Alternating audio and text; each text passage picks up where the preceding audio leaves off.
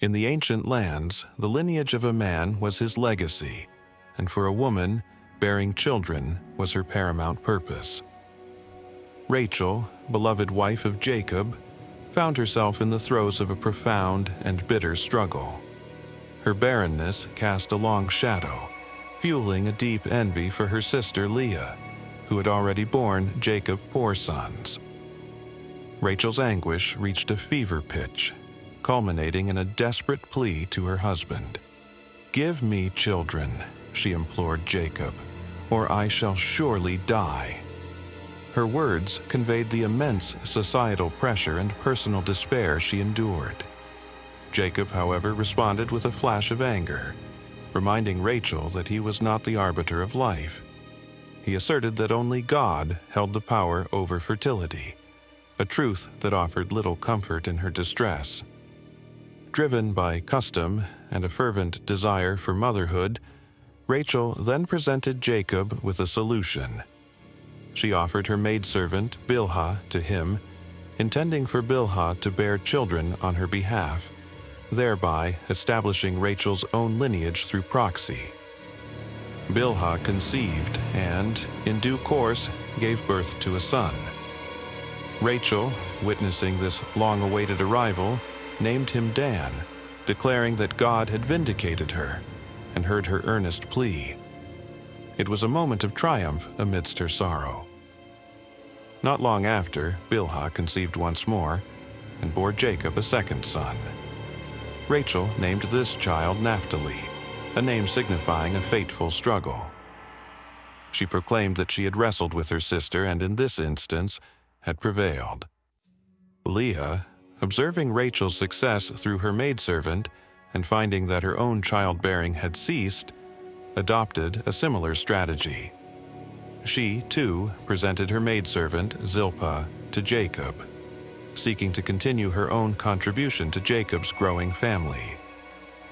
Zilpah conceived and, in time, bore a son to Jacob. Leah, overjoyed by this new addition, named him Gad, exclaiming with profound gratitude, "What good luck!" Her joy was palpable, a testament to her renewed hope. Subsequently, Zilpah conceived again and bore Jacob a second son. Leah named this child Asher, declaring, "What good fortune!" She believed that through this son, women would forever call her fortunate, recognizing her abundant blessings. One day, Reuben, Leah's eldest son, ventured into the fields and discovered mandrakes, plants believed to possess fertility-enhancing properties. He brought these prized plants to his mother, Leah, a gesture of filial devotion. Rachel, upon seeing the mandrakes, immediately approached Leah and requested some of her son's findings. Her desire for children remained paramount, and she clung to any hope of overcoming her barrenness. Leah, however, responded with a sharp rebuke, her long-held resentment surfacing. She accused Rachel of having taken her husband's primary affection and now seeking to claim her son's mandrakes as well. The sisters' rivalry was starkly evident. In a surprising turn, Rachel offered a compromise. She would allow Jacob to spend the night with Leah in exchange for the mandrakes. This unusual negotiation underscored the desperate measures women would take for fertility and status. That evening, as Jacob returned from the fields, Leah met him, informing him of the arrangement she had made with Rachel. Jacob, bound by the agreement, then slept with Leah that night. God, in his divine wisdom, heard Leah's fervent prayer. She conceived and in due course bore Jacob a fifth son. She named him Issachar, claiming him as her reward for giving her maidservant to her husband. Leah conceived yet again and bore a sixth son.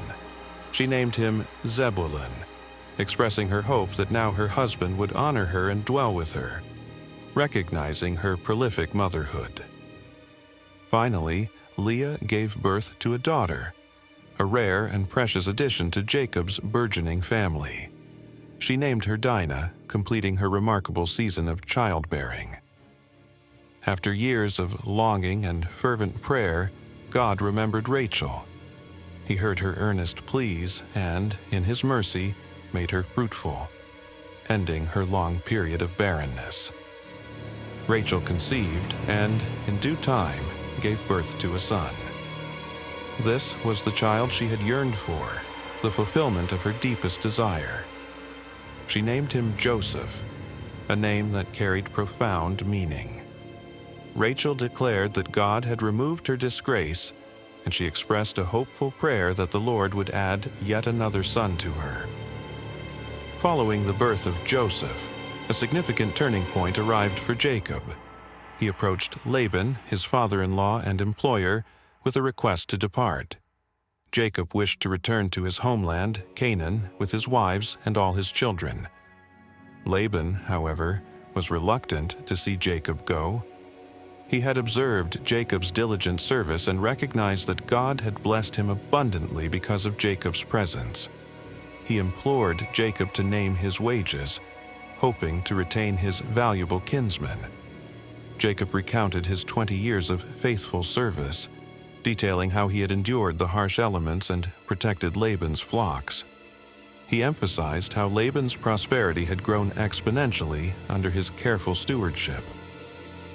Jacob then expressed his profound desire to provide for his own household, to establish his own legacy independent of Laban's control.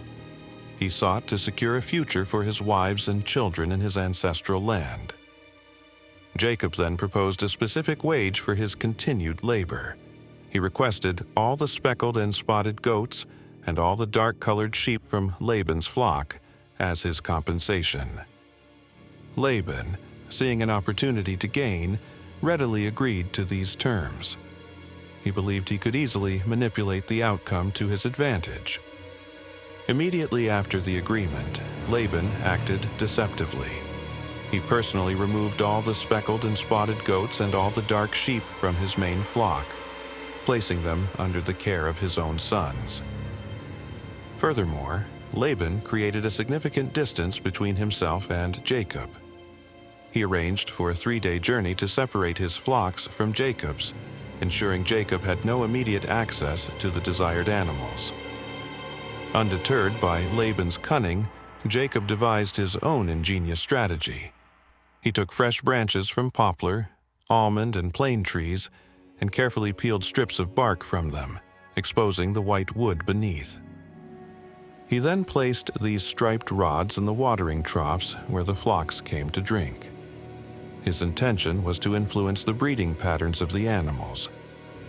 When the stronger, more vigorous animals came to mate by the water, they would do so in front of the striped rods. This practice, Jacob believed, would cause them to produce offspring that were streaked, speckled, and spotted.